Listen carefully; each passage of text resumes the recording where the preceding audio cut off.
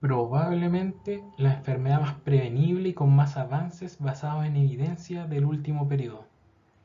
Viernes 27 de agosto se publican las nuevas guías europeas de insuficiencia cardíaca 2021. Mitch. Hola a todos y todas, ¿qué tal?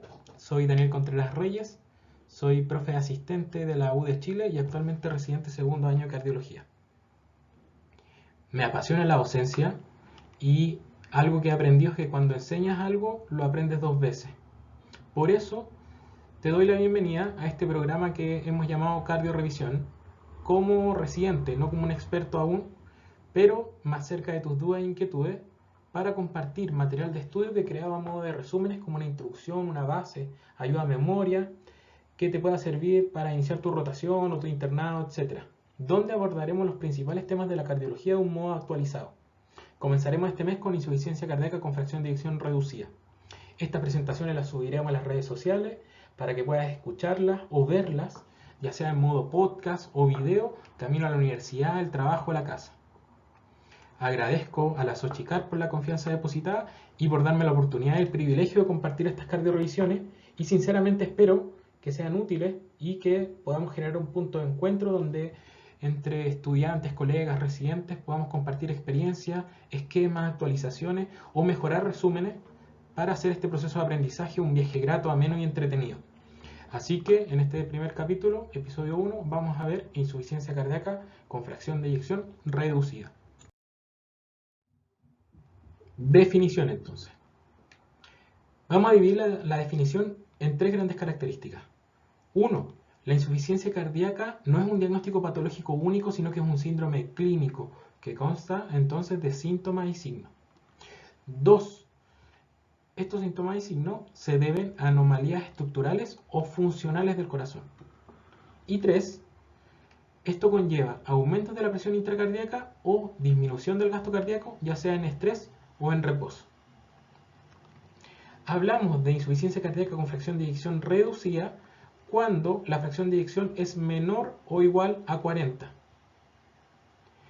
Hablamos de insuficiencia cardíaca con fracción de eyección levemente reducida, previamente llamada insuficiencia cardíaca con fracción de eyección intermedia, cuando tenemos fracción de eyección entre 41 y 49%. Y insuficiencia cardíaca con fracción de eyección preservada a cuando es igual o mayor a 50 la fracción de eyección. Acá en una nomenclatura donde hablamos de fracción de eyección normal a mayor o igual a 55 en hombres y mayor o igual a 60 en mujeres. Y esto es porque se ha visto que las mujeres tienen probablemente un mayor beneficio del bloqueo neurohumoral. Podemos dividir respecto a temporalidad en insuficiencia cardíaca aguda o crónica. Y hablamos de crónica cuando la patología tiene más de 3 meses y es crónica estable cuando ha logrado cierto nivel de estabilidad durante el último mes. Resaltamos los estadios de la AJA que resaltan la historia y progresión de la enfermedad, donde tenemos el estadio A con los factores de riesgo cardiovascular, el B con las anomalías estructurales y funcionales, pero pacientes aún asintomáticos, y el estadio C, que es el síndrome clínico propiamente tal, y el estadio D de los pacientes que ya son refractarios de tratamiento. Finalmente caracterizaremos la capacidad funcional respecto a los síntomas y capacidad de ejercicio del paciente de 1 a 4, como ustedes ya conocen. Pasemos a la epidemiología, porque toda presentación habla de la incidencia y prevalencia de las enfermedades. Y esta enfermedad es de alta prevalencia, nos está invadiendo la insuficiencia cardíaca y más aún porque nuestra población está envejeciendo.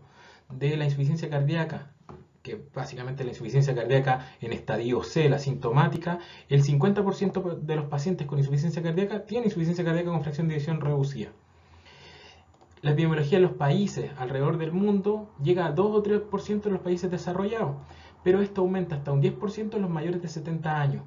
Y además podemos decir que los pacientes de la tercera edad, mayores de 65, la insuficiencia cardíaca se transforma en la principal causa de hospitalización.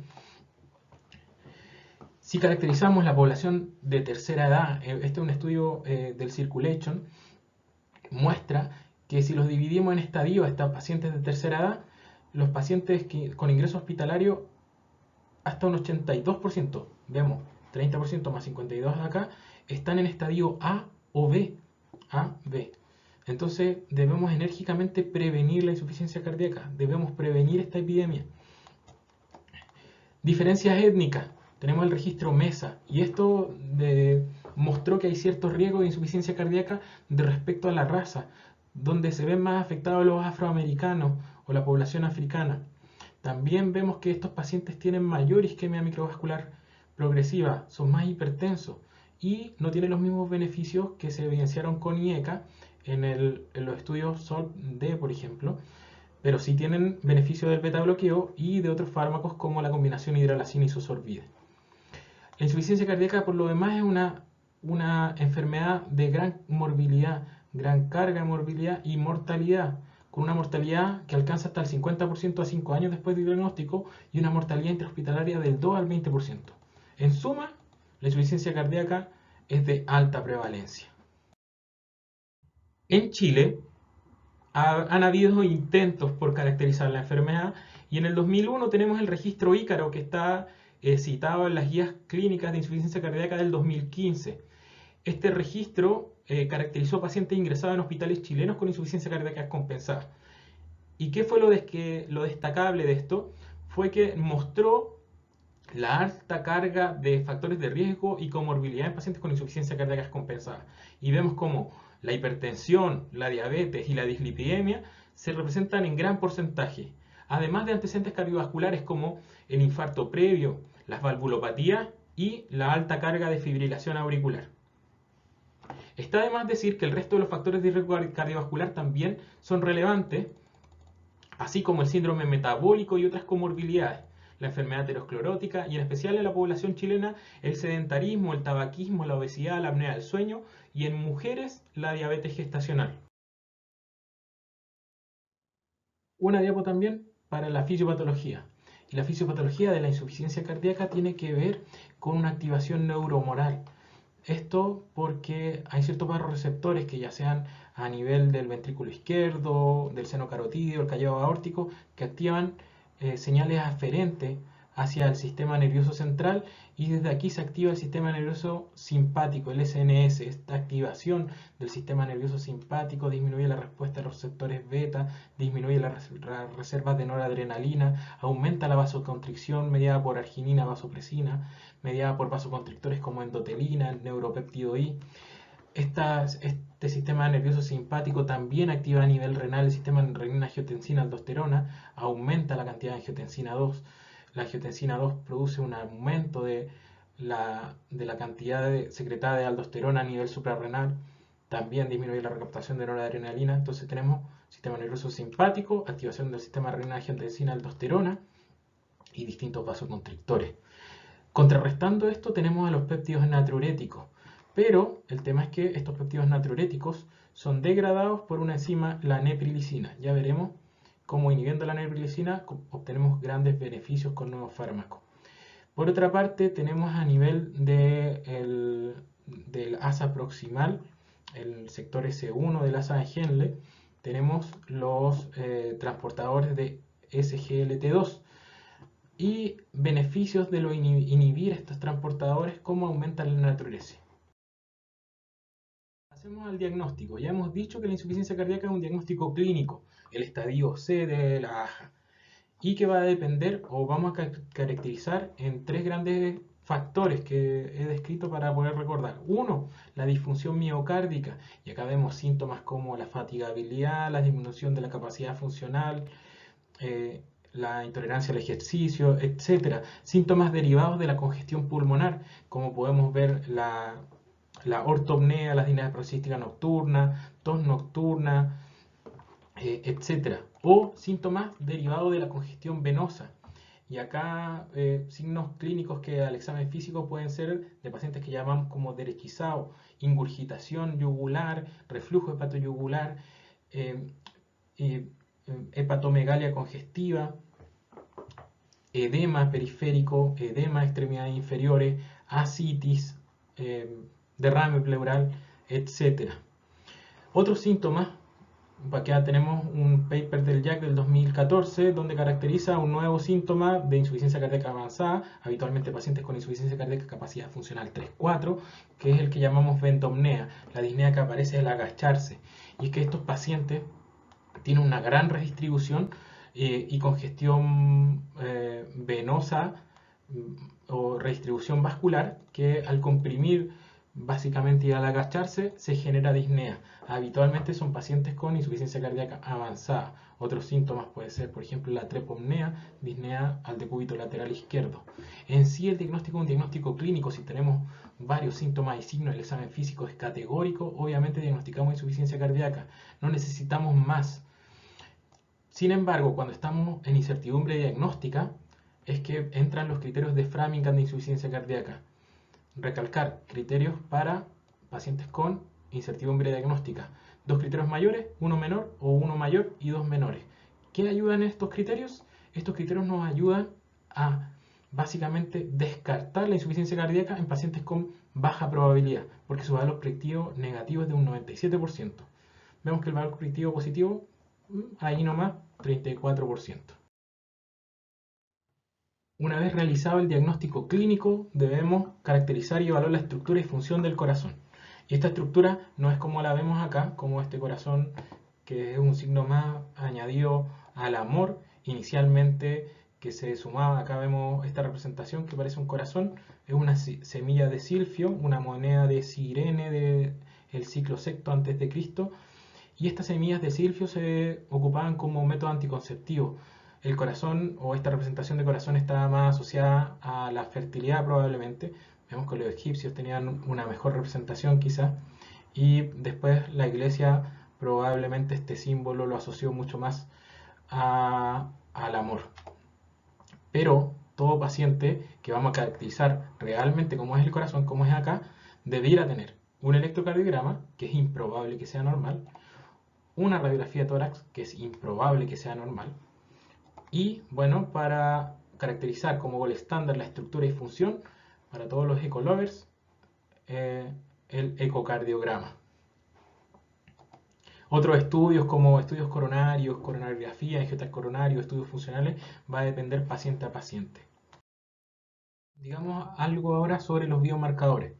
Y acá algo el estándar de los biomarcadores es el péptido natriurético, en específico el péptido natriurético de tipo B, que se secretan en el ventrículo izquierdo frente a estiramiento de la fibra miocárdica. Estos se secretan inicialmente como prohormona. Acá vemos proBNP, o sea, pre-proBNP, que son escindidos por proteólisis y en dos fragmentos, el BNP que tiene la funcionalidad o el efecto sobre los receptores y esto genera los efectos fisiopatológicos de los BNP que tienen efectos beneficiosos en la natriuresis, en la relajación vascular, vasodilatación pulmonar, en el remodelado reverso del ventrículo izquierdo. Y el fragmento no funcional que es el NT-proBNP. De acuerdo a estos marcadores, hemos tenido ensayos, ya sea en insuficiencia cardíaca aguda, que han demostrado valores límites que nos ayudan a hacer roll-in y roll-out. Tenemos en insuficiencia cardíaca el ensayo PRIDE y el ensayo ICON. Y también tenemos en pacientes con insuficiencia cardíaca no aguda valores para realizar roll-out, o sea, para descartar insuficiencia cardíaca. El BNP vemos que tiene una vida media de 20 minutos y tiene un valor límite menor a 35 para hacer rollout. Y el NT-proBNP tiene una vida media de 90 minutos y un valor límite de menos 125 picogramos por ml en pacientes menores de 75 años. Esto es un poquito mayor en pacientes mayores de 75. Estos dos valores marcados en negrita están utilizados en las guías de insuficiencia cardíaca con fracción de eyección reducida de las guías europeas. Además, esto es un análisis de pacientes del ensayo STOP-HF. Este ensayo STOP-HF es un ensayo que se hizo con ProBNP en pacientes seguidos ya sea con médico internista o cardiólogo, que se evidenció que en este seguimiento con biomarcadores disminuía la tasa de eventos.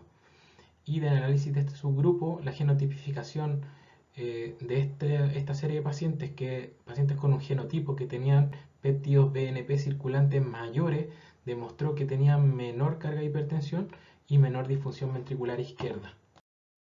Tenemos ahora el algoritmo de abordaje y tenemos la guía chilena de insuficiencia cardíaca, publicada el año 2015, un enorme esfuerzo por resumir la evidencia hasta el momento.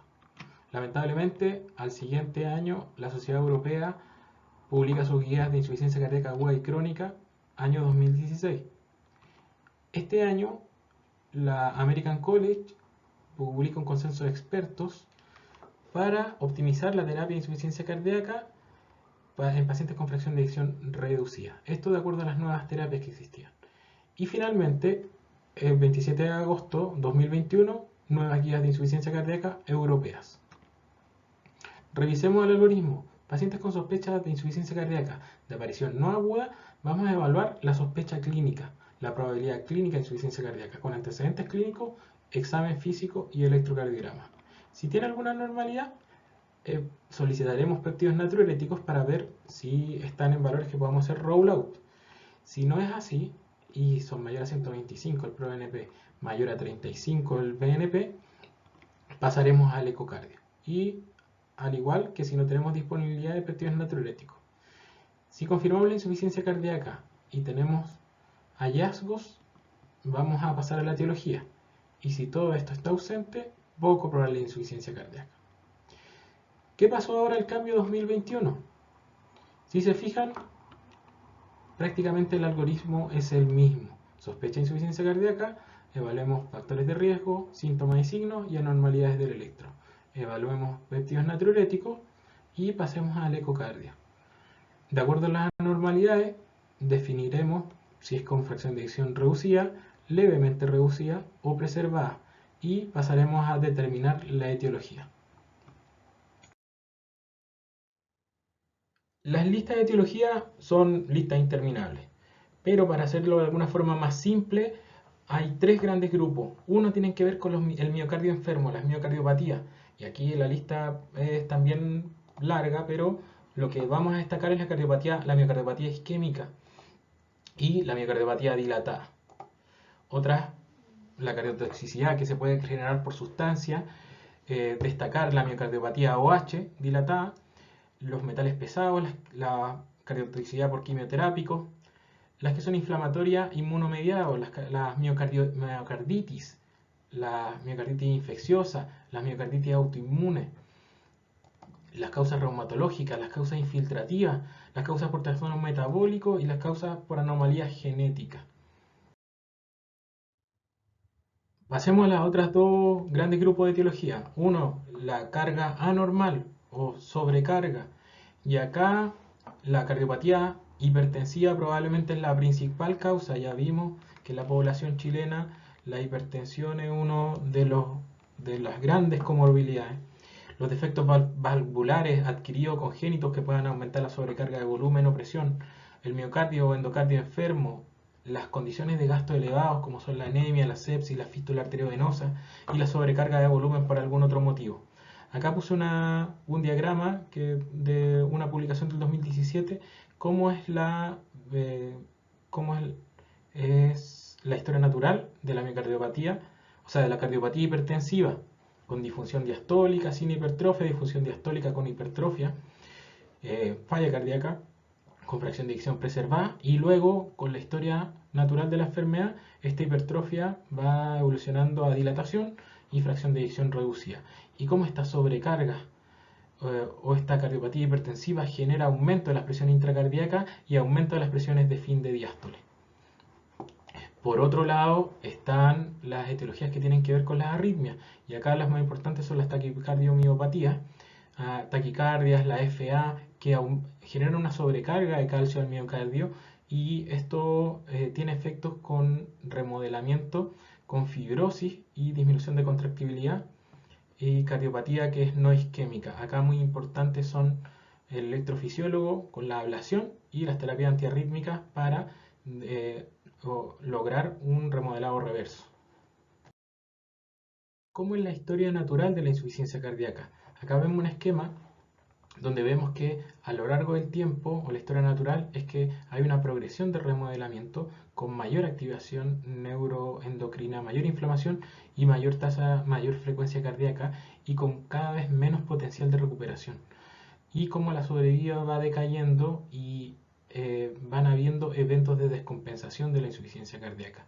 Estas flechitas, cada uno de estos eventos son oportunidades para el médico o el tratante de iniciar terapia guiada por terapia médica guiada por guías, ya que tenemos tratamientos basados en evidencia que mejoran la sobrevida del paciente.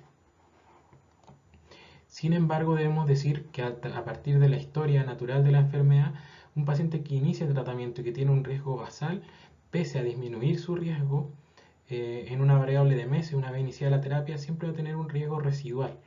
Y este riesgo va a ir aumentando de acuerdo a los eventos de empeoramiento de la insuficiencia cardíaca, a llegar a un riesgo avanzado, que hablamos cuando el paciente ya no tolera la terapia guiada por guía o es refractario y que debemos considerar el tratamiento paliativo o terapias como el trasplante. Respecto al pronóstico, tenemos diferentes modelos de score. Acá, por ejemplo, uno de los más utilizados en el ambiente ambulatorio es el Seattle Heart Failure Model, que ocupa 20 variables y ve la supervivencia a 1, 2 y 3 años. Y a nivel hospitalario tenemos este modelo, el ADER, que incorpora la función renal, la CREA y el BUN, y la presión sistólica.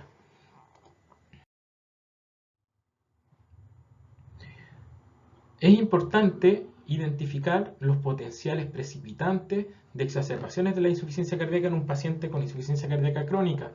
Y acá debemos considerar siempre la anemia, la enfermedad renal crónica, la hiponatremia, la función hepática. Y acá en la función hepática, el INR o el tiempo de protrombina alterado puede ser un indicador temprano de congestión que no está siendo bien tratada. La función tiroidea como potencial descompensante del hiper o el hipotiroidismo y serologías de las distintas causas que pudiesen descompensar o causar miocardios enfermos, la hepatitis B, el VIH, el Chagas, enfermedad autoinmune, el toxoplasma, en la anemia la cinética del fierro. Y causas de descompensación como son el incumplimiento de la medicación, las desviaciones de la dieta, la causa infecciosa, nuevas arritmias, en especial la FA, dijimos que hay una alta carga de FA en la población chilena, la isquemia y las descompensaciones de la diabetes.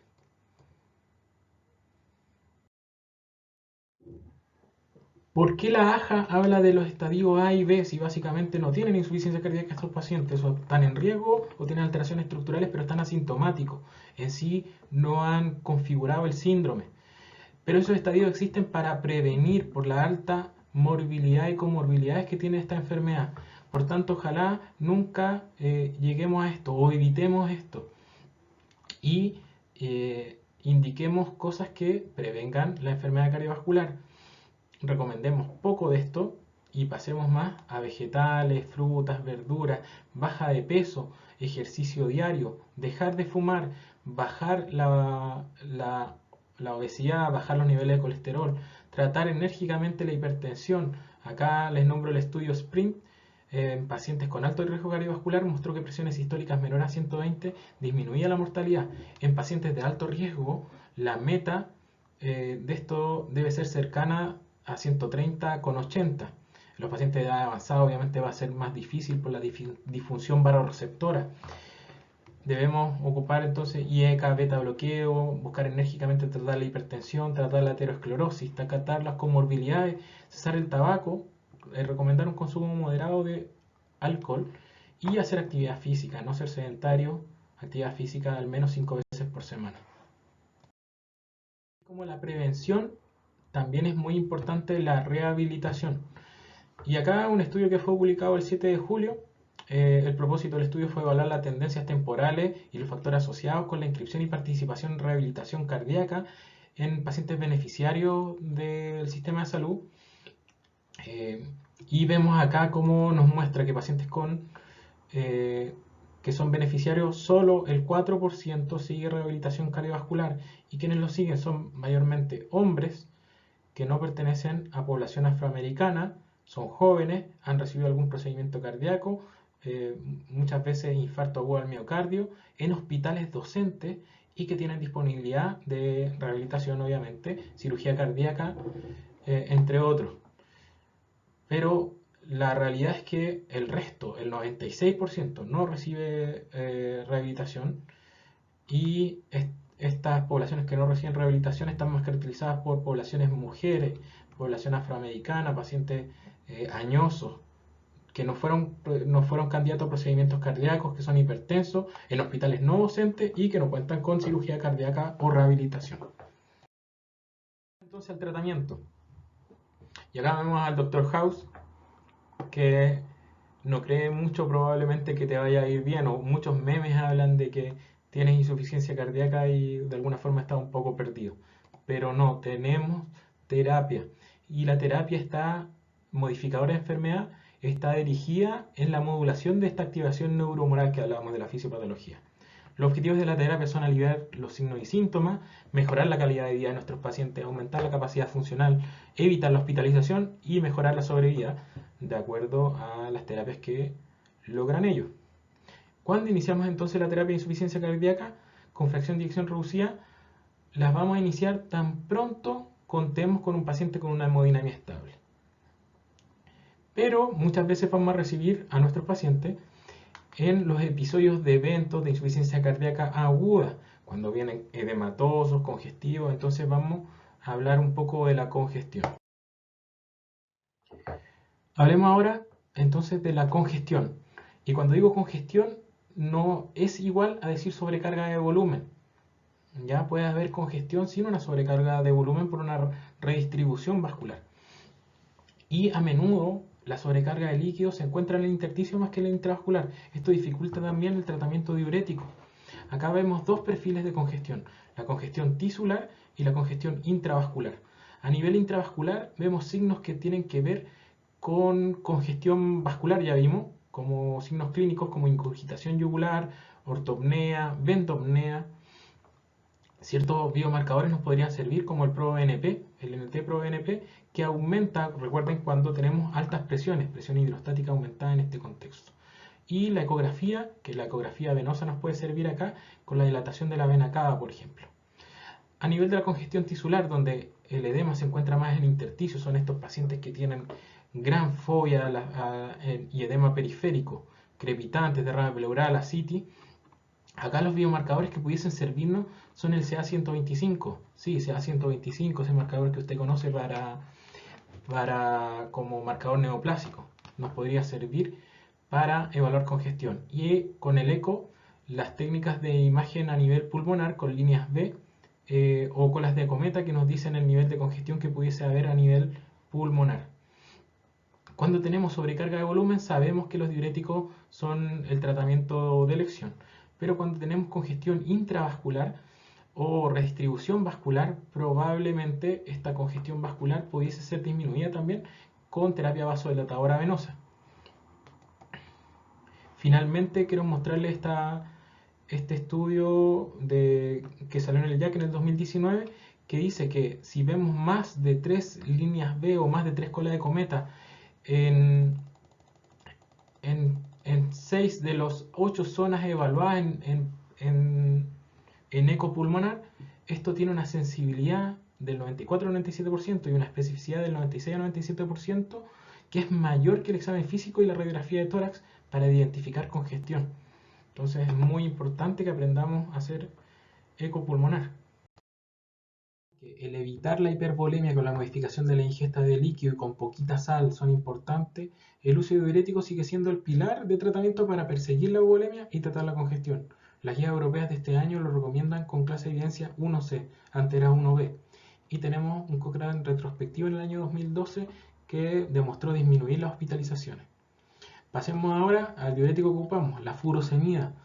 Y debemos saber que en pacientes con insuficiencia cardíaca el umbral natriurético está aumentado con respecto a los sanos y su respuesta máxima está disminuida cuando ocupan furosemida. Las guías de este año 2021 europeas entregaron este algoritmo de manejo diurético en pacientes con falla cardíaca aguda y que nos dice cómo iniciarlo o dosificarlo y cómo ir aumentando sus dosis si no alcanzamos objetivos o no alcanzamos una respuesta adecuada. Y esta respuesta estaría dada por la diuresis horaria y por el sodio urinario que es excretado. Así nos dice que si no logramos objetivo, podremos incluso combinar terapias diuréticas, por ejemplo, agregar un diurético tiacídico. Tenemos para furosemía distintos ensayos. El más importante, el estudio, o más grande, el estudio 12, en el 2011, que demostró que dosis altas lograban mayor descongestión y que no habían diferencias para la infusión continua versus los bolos.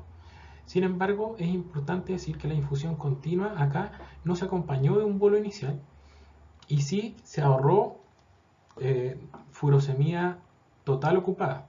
El estudio DRAIN en el 2020, un estudio pequeño con 80 pacientes solamente, 40 por rama, donde aquí la infusión continua sí se acompañó de un bolo inicial y con infusión continua se logró mayor descongestión. Otro importante en insuficiencia cardíaca aguda es el Reality AHF. En 2017 demostró que los pacientes que recibían en urgencias antes de 60 minutos el bolo de furosemía disminuía la mortalidad con respecto a los que lo recibían más tarde. Respecto a la ultrafiltración, debemos saber que es segura y que logra mayor balance negativo en 24 horas, pero este estudio que es importante, el CARES-HF, demostró que un abordaje farmacológico con diuréticos era mejor que la ultrafiltración. El paciente lo tratamos en el agudo o con diuréticos de ASA, pero lo deberemos continuar al alta, y este estudio demostró que pacientes nuevos a diuréticos, que ocupaban diuréticos previamente y que se fueron al alta con diuréticos, el seguimiento a 30 días demostró disminuir la mortalidad por todas las causas y disminuir la rehospitalización. Respecto a la hiponatremia dilucional o hiponatremia con beca aumentado, sabemos que los baptanos son una opción. Sin embargo, el estudio Everest en el 2007 no demostró beneficio en mortalidad. Y los pacientes con alcalosis metabólica por uso de diuréticos de ASA, por ejemplo, pudiese ser una opción la acetazolamida. Y acá tenemos el estudio ADVOR. Bueno, ya tratamos a nuestro paciente con insuficiencia cardíaca aguda, le dejamos diurético al alta. ¿Qué pasa en el seguimiento en el paciente cuando ya está ambulatorio y está más estable? ¿Deberá seguir ocupando diurético? Acá un metaanálisis y estudio observacional con 96.959 pacientes, gigante, que mostró que estos pacientes que ocupaban altas dosis de diurético tenían mayor mortalidad, tenían mayores eventos, mayor hospitalización por insuficiencia cardíaca, pero puede ser, por supuesto, esto como un simple marcador de mayor riesgo de insuficiencia cardíaca o pacientes que estaban más inestables, obviamente.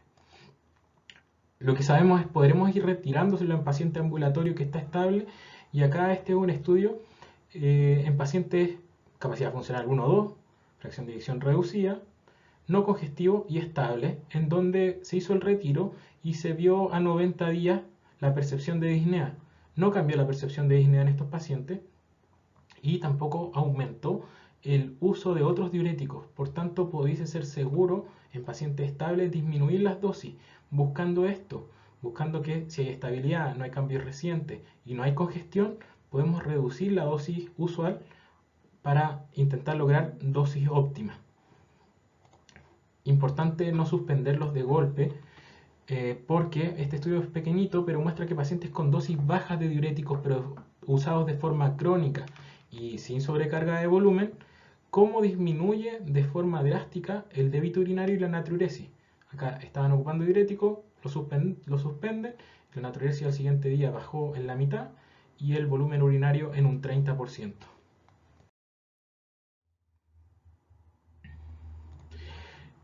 Como ya dijimos, en pacientes estables hay escaso rendimiento diagnóstico de los síntomas y signos de valoración de congestión, porque no están como esta paciente que está acá. Probablemente sea muy difícil evaluar de forma integral la congestión al alta y la euvolemia, y es por eso que un statement de falla cardíaca de la Sociedad Europea nos muestra que debemos intentar buscar distintos signos clínicos y evaluación con distintos tipos de marcadores o imágenes que nos ayuden a mantener el paciente en esta zona verde de euvolemia, ya sea con signos clínicos, que no tenga ortopnea, que no tenga ingurgitación yugular, hepatomegalia, biomarcadores bajos, radiografías que estén limpias, venas cavas que no estén dilatadas y sin líneas B en el eco pulmonar. Y que en todo momento, ya sea prehospitalario, emergencia, hospitalización o en el paciente ambulatorio, debemos buscar dirigidamente o perseguir dirigidamente la euvolemia. Ese es el objetivo. Hablemos ahora de la terapia modificadora de enfermedad. Ya logramos que nuestro paciente esté euvolémico o ya estamos persiguiendo la euvolemia y vamos a ir a los tratamientos que han modificado la sobrevida de estos pacientes. Vemos acá una línea de tiempo con los distintos ensayos que han tenido beneficio en los pacientes y las distintas familias farmacológicas. Vamos a partir en esta primera parte de ver hasta antes de la aparición del Paradigm los distintos ensayos. Partamos entonces por los IECA, el enalapril, el viejo conocido, y que probablemente son los fármacos con ensayos clínicos o ECAs de mortalidad controlada con placebo. Acá los dos ensayos más conocidos, el Consensus y el SOLT, en SOLT-T, hay un P de prevención, el T es de tratamiento.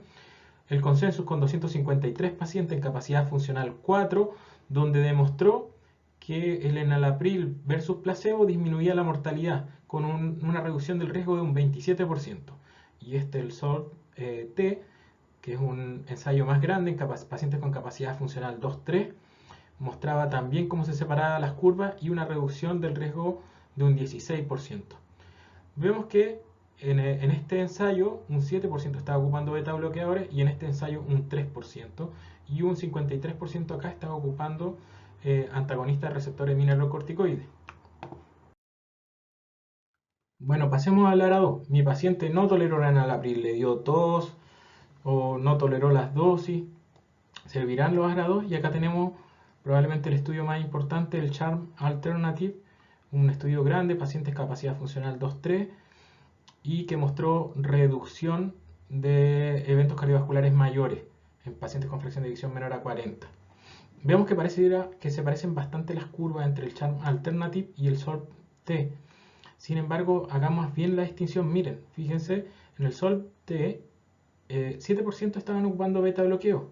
En el CHARM, con candesartán, un 55% de los pacientes estaban ocupando beta bloqueo y un 24% estaban ocupando antagonistas de receptores mineralocorticoides.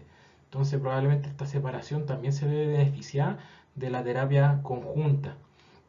En estudios con valsartán tenemos el VALHEF, disminuyó las hospitalizaciones, y el Valiant, que demostró no inferioridad frente a captopril. En estudios con losartán tenemos que las dosis altas de losartán disminuyeron los ingresos y la mortalidad cardiovascular, 150 miligramos versus 50 miligramos, y el estudio ELITE 2, que es el que vemos acá, que evaluó losartán versus captopril y vio que el losartán solo evidenció que era mejor tolerado.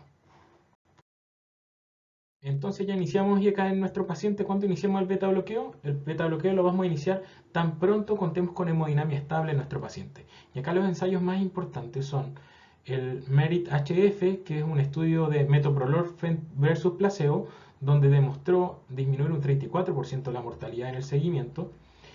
Los estudios que están hechos con bisoprolol, que es otro de los fármacos que están demostrados en insuficiencia cardíaca, el CIBIS-2, en pacientes con capacidad funcional 3-4 y fracción de eyección menor a 35, demostró mejorar la probabilidad de supervivencia con una disminución de mortalidad similar al previo, al MERIT-HF, disminuyó un 34% de la mortalidad. Puse acá el CIBIS-3 porque me pareció importante que primero, enalapril o viso primero. Y este es un estudio bien importante porque demostró no inferioridad de iniciar primero, por ejemplo, el bisoprolol. Hablamos de pacientes que están hemodinámicamente estables. El otro fármaco que tiene gran evidencia en insuficiencia cardíaca, otro beta bloqueo, es el carvedilol, que sabemos que no es cardioselectivo. En este estudio del Copernicus, pacientes con insuficiencia cardíaca avanzada, con FEBI incluso menor a 25%, capacidad funcional 3-4, disminuyó las hospitalizaciones y disminuyó la muerte súbita, y un 35% disminuyó la mortalidad. Entonces, disminución de mortalidad muy similar. pero debo decir que el carvedilol fue ocupado en pacientes con fracciones de eyecciones menores y más sintomáticos. Por tanto, cuando yo debo elegir, probablemente, si puedo, prefiera el carvedilol. Ya iniciamos enalapril, ya iniciamos carvedilol. Ahora vamos a agregar el antagonista receptor de mineralocorticoides. Y acá, probablemente el estudio más famoso, en espironolactona, el RALES, que fue publicado en el año 99 en el New England, pacientes con capacidad funcional 3-4, fracción de eyección menor a 35, demostró disminuir la mortalidad en un 30% y los ingresos en un 35% por causa de insuficiencia cardíaca. Acá vemos el gráfico. Los estudios énfasis HF en pacientes con fracción de eyección menor a 30, capacidad funcional 2, demostraron disminuir un 27% la mortalidad cardiovascular y el ingreso cardiovascular. Y el estudio EFESUS en pacientes con fracción de eyección menor a 40, que post-infarto son estos pacientes de todas maneras, disminuyó un 15% la mortalidad por cualquier causa. Entonces vamos a agregar este tercer fármaco a nuestros pacientes.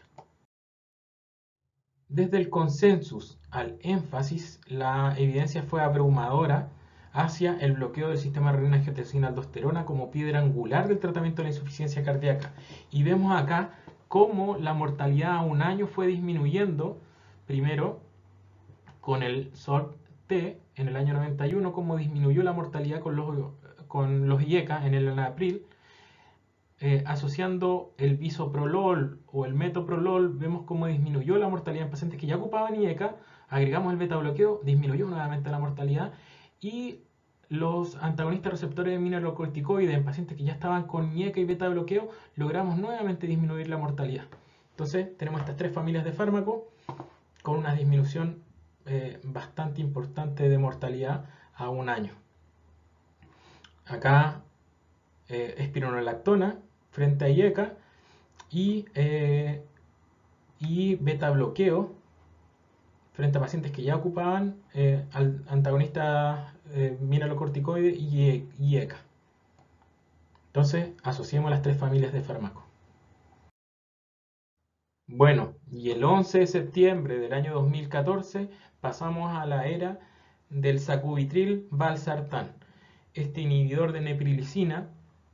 La neprilicina, recuerden que es la enzima que degrada los péptidos natriuréticos, asociada a valsartán, como disminuía el riesgo relativo en el outcome primario de mortalidad cardiovascular o ingreso por insuficiencia cardíaca en un 20% respecto a enalapril, con un número necesario para tratar de 21 pacientes para lograr esta disminución de riesgo. Una disminución de la muerte cardiovascular con un NT de 32 y una reducción de la hospitalización por falla cardíaca con una reducción de riesgo del 16% con un NT de 36. Este ensayo fue detenido precozmente por la contundente evidencia que mostró en la reducción de riesgo y en su análisis del Paradigm, que es el estudio principal, cómo en el seguimiento a meses se redujo los niveles de péptidos natriuréticos.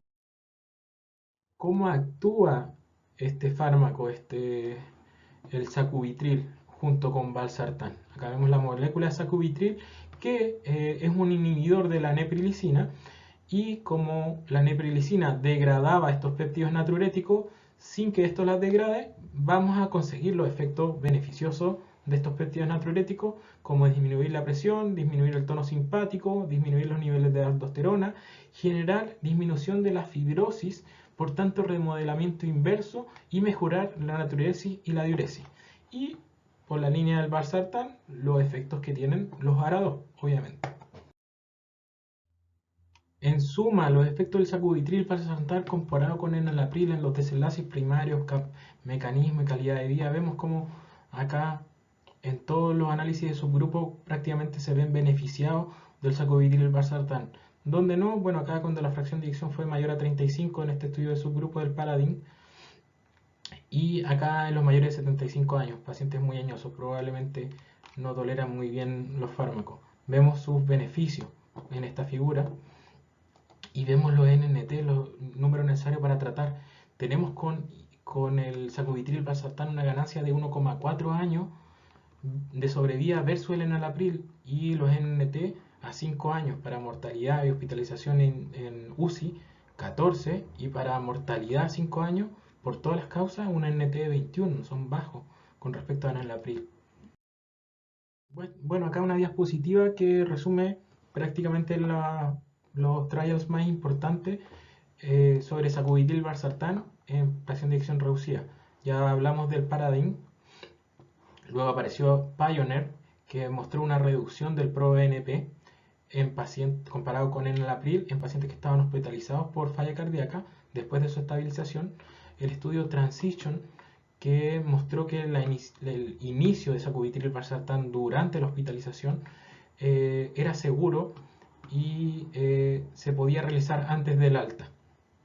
Entonces tenemos estos tres estudios, entonces Paradigm, Pioneer y Transition.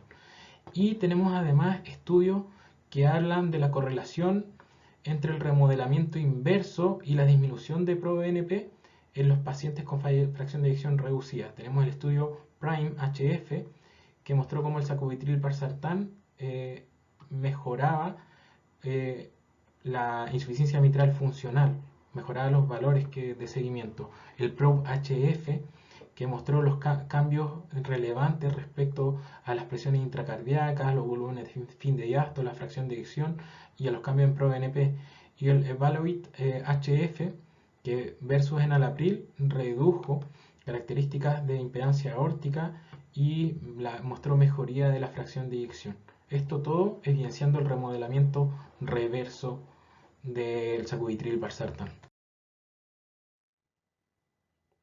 Acá les traigo una propuesta de dosificación de este fármaco. Esta diapositiva es de un experto en insuficiencia cardíaca, el Dr. Lim. Muestra cómo pacientes que ocupaban IECA debemos suspenderlo 36 horas antes del inicio de sacubitril/valsartán y de acuerdo a las dosis que ocupaban, iniciar con dosis baja o moderada. Los que ya ocupaban valsartán, de acuerdo a la dosis, iniciar directamente el sacubitril/valsartán, y los que no estaban tomando ninguno de los dos, iniciamos con dosis baja, vamos duplicando dosis cada semana, cada 2 a 4 semanas, con el objetivo de llegar a 200 cada 12, idealmente. Pasemos entonces a otro de los fármacos que pertenecen al grupo de los cuatro fantásticos. Y estos son los inhibidores de SGLT2. El cotransportador SGLT2 es un transportador que se localiza en el segmento S1 del túbulo contorneado proximal del nefrón y donde se reabsorbe prácticamente el 90% de la glucosa filtrada. Esta reabsorción de glucosa está acoplada con reabsorción de sodio y en pacientes con diabetes se estudiaron estos inhibidores de este transportador que mejoraba o tenía gran beneficio en pacientes diabéticos. Y luego la empaglifosina demostró en pacientes diabéticos y con insuficiencia cardíaca cierto beneficio, que esto luego fue demostrado en pacientes sin diabetes y con insuficiencia cardíaca con fracción de eyección reducida. Uno de los estudios más importantes, el DAPA-HF, con dapaglifosina demostró beneficio cardiovascular, y luego el Emperor Reduce, que también demostró este beneficio, como vamos a ver ahora. Bueno, y aquí un gran resumen de los dos estudios más importantes, el DAPA-HF y el Emperor Reduce. Dapaglifosina demostró que en pacientes con insuficiencia cardíaca con fracción de eyección reducida, el riesgo de empeoramiento de la insuficiencia cardíaca o muerte cardiovascular fue menor en los pacientes que recibieron dapaglifosina, y esto fue independiente de si los pacientes tenían o no diabetes. Y miren, empeoramiento de la falla cardíaca y muerte cardiovascular, reducción de un 26%, reducción de un 30% de hospitalización, reducción de un 18% de mortalidad cardiovascular. Y mortalidad y falla cardíaca, reducción de un 25% en los outcomes secundarios. Luego, para la empaglifosina, el Emperor Reduce el año pasado, en octubre del 2020, mostró disminuir también la mortalidad cardiovascular, la hospitalización y la muerte cardiovascular. Y en los outcomes secundarios, la recurrencia y primera hospitalización por insuficiencia cardíaca y los eventos de disfunción renal. Bueno, ya hemos visto algunos viejos conocidos y hemos visto dos de los grandes cuatro fantásticos, como son el sacubitril valsartán y los inhibidores de SGLT2. Hablemos un poco de otros fármacos que ya utilizábamos. La combinación está hidralazina y isosorbide y el AGEF, que fueron pacientes de raza negra, capacidad funcional 3-4. Esto logró disminuir la mortalidad de ingresos hospitalarios. Vemos acá mejoró la sobrevida global esta combinación en este grupo de pacientes. El VIGEF-1, pacientes con hidralazina y isosorbide frente a prazosina y frente a placebo, donde vemos como también al seguimiento de 2 años disminuyó la mortalidad por todas las causas. Y el VIGEF-2, donde la combinación también a 2 años logró disminuir en lo acumulativo de mortalidad. Todo esto en pacientes, ya dijimos, de raza negra.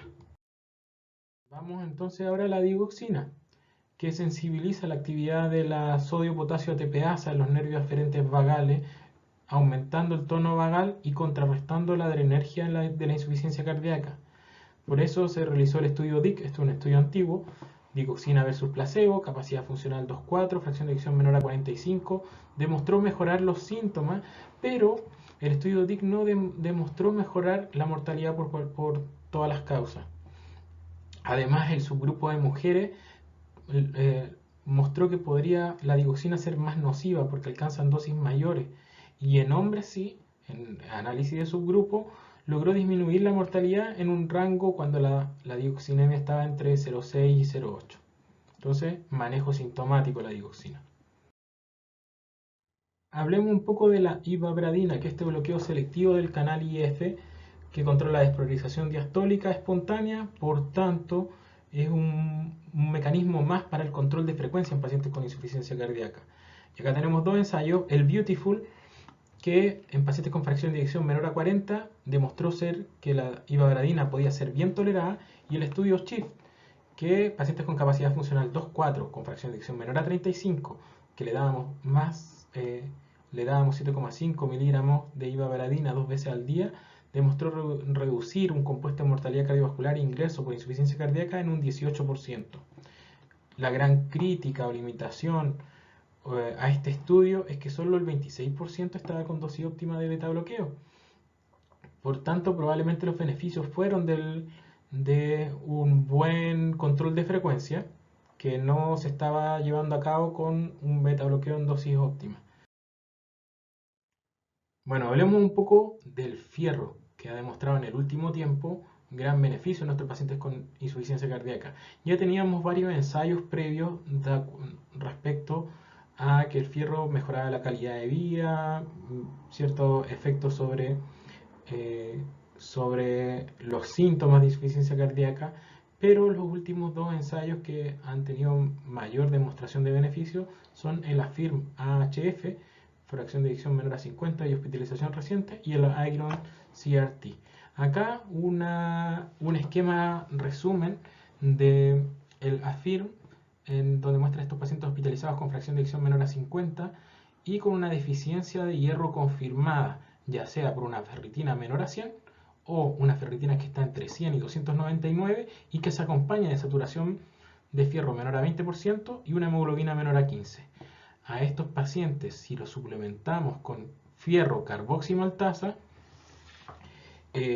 mejora la calidad de vida y disminuye las hospitalizaciones por insuficiencia cardíaca. Tenemos otros nuevos fármacos también que podrían ser considerados en insuficiencia cardíaca. Aquí uno que está aprobado ya para insuficiencia cardíaca, que es en el ensayo Victoria, que es el Vericiguat. El Vericiguat es un estimulante de forma directa de la guanilato ciclasa soluble.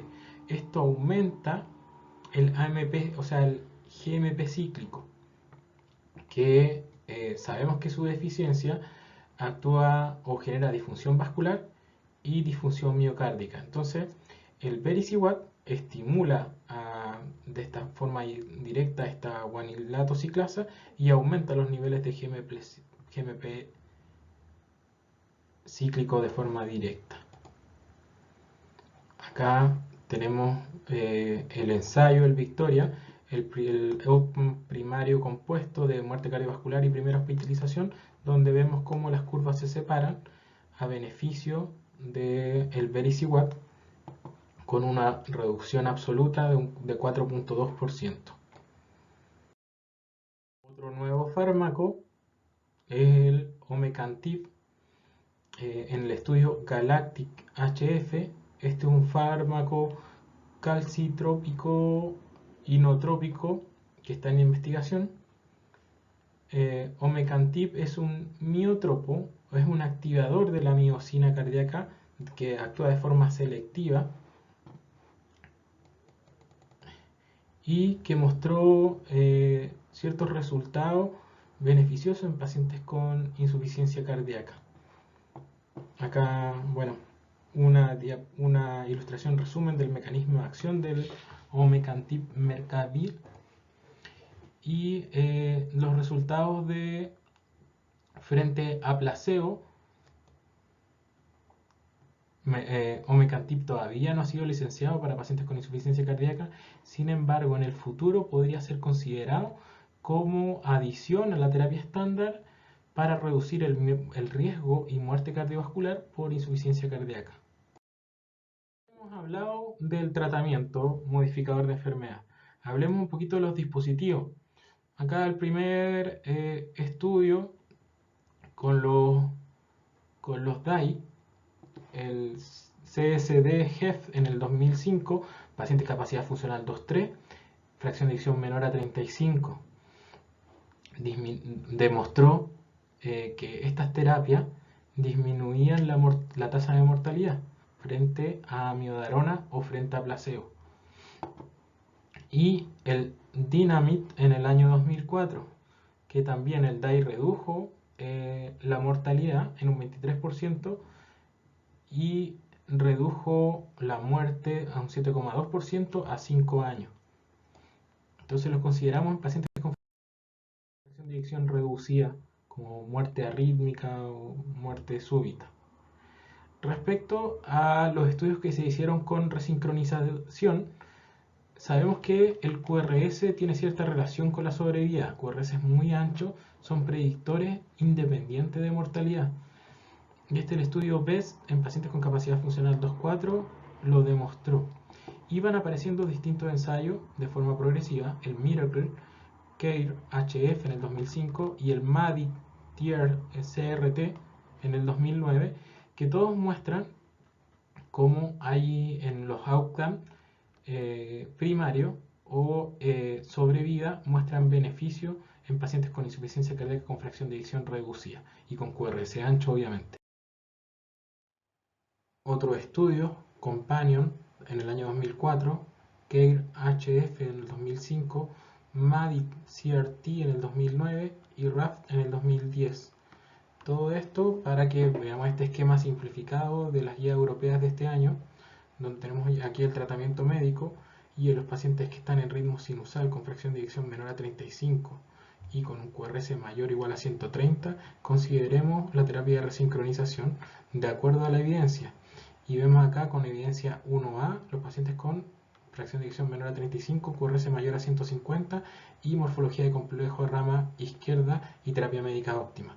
Y 2A para los que están en menor a 35, bloqueo de rama izquierda entre 130 y 149. Sin bloqueo de rama izquierda, vamos viendo que requerimos QRS anchos mayor a 150 con evidencia 2A. Y cuando no son bloqueo de rama izquierda y están entre 130 y 149, evidencia 2B. Algunas palabras para los quirúrgicos. Acá dos ensayos, dos trials respecto a la cirugía de reconversión miocárdica. Sabemos que los pacientes con insuficiencia cardíaca con fracción de eyección reducida que además, por ejemplo, son diabéticos y que tienen enfermedad multivaso, se benefician de la cirugía de rescolarización miocárdica. Acá está el estudio Stitch, HF, publicado en el año 2008, que disminuyó la variable combinada de mortalidad cardiovascular, mortalidad por cualquier causa e ingreso cardiovascular. Y su seguimiento a 10 años en el estudio Stitches, que acá se siguieron separando las curvas y mostró notablemente menor mortalidad. Respecto a los dispositivos de asistencia ventricular izquierda de larga duración, tenemos el estudio REMATCH, que en insuficiencia cardíaca en etapa final redujo la mortalidad por todas las causas comparada con terapia médica óptima, y otro dispositivo de asistencia ventricular izquierda de larga duración, el Intrepid y el HeartMate 2. Entonces ya hemos revisado la farmacoterapia de la fracción de eyección reducida basado en los distintos mecanismos probados. Tenemos 5 mecanismos, tenemos 4 drogas, los 4 fantásticos que llamamos, el ARNI, el enzacovidril valsartán, el beta bloqueo, que tenemos los 3 que tienen evidencia, el carvedilol, el metoprolol y el bisoprolol, el antagonista receptor de mineralocorticoides y el inhibidor de SGLT2, la dapaglifosina o la empaglifosina. Y tenemos otras drogas también que podemos agregar, ivabradina, recuerden el estudio SHIFT para mejor control de frecuencia, la hidralacina isosorbide en pacientes afroamericanos, y en pacientes con impairamiento de la insuficiencia cardíaca tenemos aprobado el Vericiguat para eventualmente considerar agregarlo. Ahora de la terapia médica dirigida por guías. Y es que respecto a los algoritmos de manejo o de terapia que habían en las guías europeas 2016, esto ha cambiado bastante con las nuevas terapias. Tenemos el algoritmo terapéutico para insuficiencia cardíaca con fracción de eyección reducida americano, donde nos muestra acá el ARNI como terapia preferida, si no es el IECA-2, el beta bloqueo y el agente diurético. Y a esta base le agregamos o añadimos el antagonista receptor de mineralocorticoides, si es que tiene las condiciones, el inhibidor de SGLT2, si es que cumple criterio, un agente diurético atitular, si es que hay sobrecarga de volumen, hidralacina isosorbida en poblaciones especiales, hablamos de pacientes de raza negra, y ivabradina en pacientes con ritmo sinusal que no cumplen objetivo de frecuencia. La guía canadiense pone por primera vez a los 4 fármacos, los 4 fantásticos, en paralelo, pero pone ARNI o IECA-2 y luego sustituir por ARNI más el beta bloqueo, el antagonista receptor mineralocorticoide y el inhibidor de SGLT2. Si no logra frecuencia, el ritmo sinusal, ivabradina, acá agrega, dice, considera el Vericiguat en pacientes con insuficiencia cardíaca, con hospitalización reciente, considerar en pacientes con FA la digoxina para control de frecuencia, y poblaciones especiales, nuevamente hidralacina y nitrato. Y finalmente llegamos a la guía europea 2021, donde nos muestra los 4 fantásticos en primera línea, que reducen mortalidad para todos los pacientes, IECA o ARNI, beta bloqueo, antagonista receptor de mineralocorticoides e inhibidores de SGLT2.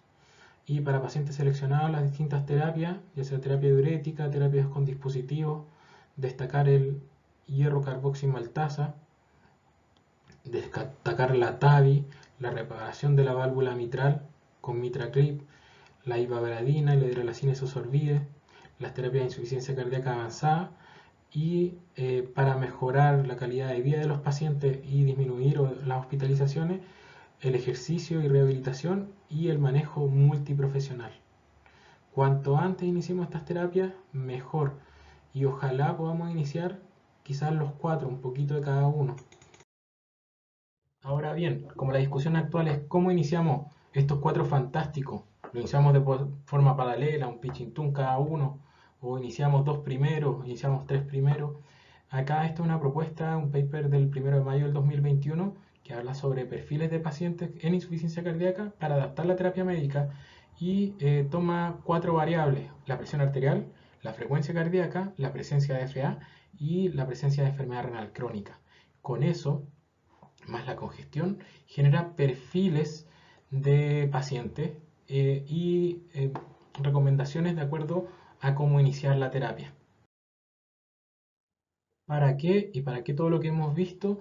Para llegar a este esquema que resume probablemente todos los tratamientos con evidencia en insuficiencia cardíaca con fracción de eyección reducida y que fue mostrado en el Congreso Europeo, que son los Cuatro Fantásticos, eh, con, con ello, con las terapias, ya sea en pacientes con déficit de fierro, fierro carboximaltasa, en los que no logramos costear el ARNI, los IECA ARA2, en los pacientes de etnia específica, la hidralacina isosorbide, en los pacientes con una desproporcionada insuficiencia mitral funcional, el Mitraclip, los pacientes con congestión, la terapia escalonada con diuréticos, en los pacientes con descompensación reciente y avance de la insuficiencia cardíaca, estos nuevos fármacos como el Vericiguat, el Omecantip, Mercardil, los digitálicos, o referir a estos pacientes que básicamente van siendo refractarios a trasplante o un dispositivo de asistencia ventricular izquierda de larga duración. Pacientes que no hemos logrado buen control de frecuencia y están en sinusal, la ivabradina, los pacientes que deben considerarse para la terapia de resincronización y los pacientes que tienen FA. Importante el gap que tenemos entre las recomendaciones de terapia médica dirigida por guía y lo que realmente se hace en el mundo real. Acá tenemos varios registros con los objetivos en distintos años que han conseguido de acuerdo al uso de terapias seguidas por guía. Acá tenemos los registros CHAMP del año 2017 y vemos como IECA ARA2 60%, beta bloqueo 80%, pero vemos como el uso de antagonistas receptores mineralocorticoides 33% y el uso de ARNI 13%. Bastante bajo. Este gap se debe a distintos factores, factores del paciente, factores factores del servicio médico o del sistema de salud. Acá es importante mencionar la inercia terapéutica. Cuidado con la inercia terapéutica. Cada oportunidad o encuentro con el paciente, recuerde que es una oportunidad para ajustar su terapia médica. Hagamos educación, sigamos las guías, veamos cómo mejorar la adherencia a terapia y alineémonos con las terapias que están basadas en evidencia. Y dado que nos encontramos todavía en curso en esta pandemia, hemos visto cómo sistemas de teleasistencia pudiesen ayudar a la adherencia y al seguimiento del paciente. Y acá un ensayo que se llama TEAM HF2, que mostró cómo un cuidado usual versus un seguimiento con teleasistencia podía mejorar o disminuir la tasa de eventos acumulativos, eventos cardiovasculares mayores. Acá otro punto, el seguimiento por equipo multidisciplinario, un team de intervención versus un cuidado usual. Esto es un estudio que apareció este año de un ensayo de Implement HF, un estudio piloto, muestra cómo vemos que el paciente desde la admisión, la descarga y el seguimiento a 30 días, los pacientes que tuvieron un team de intervención de seguimiento muestran mayor uso de los fármacos, mayor adherencia al tratamiento también. Acá tenemos las guías americanas del 2021, donde quiero destacar en el seguimiento y ajuste de terapia, quiero recordar este acrónimo I need help. Dice, el paciente que esté ocupando inótropo endovenoso, que tenga capacidad funcional 3-4, o aumentando permanentemente los péptidos natriuréticos con difusión de órgano blanco, fracción de eyección menor a 35, con desfibrilaciones o descargas del desfibrilador, con más de una hospitalización, con edema a pesar del aumento de diuréticos, con presión arterial baja y alta frecuencia cardíaca, y intolerancia al ajuste o al aumento de dosis de acuerdo a guía, I need help, deriva a este paciente a un cardiólogo. Bueno, entonces terminamos, entreguemos unos mensajes para la casa. Previene la insuficiencia cardíaca. Recuerda que es la enfermedad más prevenible. Busca factores de riesgo, contrólalos. Y en los pacientes que ya tienen alteración estructural y están asintomáticos, contrólalos, síguelos, trata las comorbilidades. Resuelve la congestión, persigue la eubolemia. En todo momento tratar de lograr que nuestro paciente no tenga congestión. La terapia médica óptima debe iniciarse durante la hospitalización. Cada oportunidad de descompensación es una oportunidad de ajustar e iniciar la terapia de insuficiencia cardíaca. El seguimiento precoz posterior al alta es fundamental, y las nuevas terapias con este esquema horizontal de los 4 fantásticos también es fundamental. Ojalá un pichintún de cada uno, ojalá tener al paciente con un poco de cada uno en vez de tener uno en dosis máxima. Terapia médica dirigida por guías y cuidado con la inercia terapéutica. Hay que optimizar la terapia en cada contacto que tengamos con nuestro paciente. Cada contacto es una oportunidad de optimizar terapia. Recuerda que el hierro carboximaltasa, si se evidencia ferropenia en fase aguda, puede mejorar síntomas y reducir los riesgos de hospitalización. Y recuerda el acrónimo I need help. Recuerda cuándo derivar a este paciente a un especialista. Finalmente, el Vericiguat de estos nuevos fármacos podría ser considerado tras una descompensación. Muchas gracias. Adjunto mi correo electrónico por dudas y espero sus comentarios, inquietudes, propuestas y nuevo material. Muchas gracias.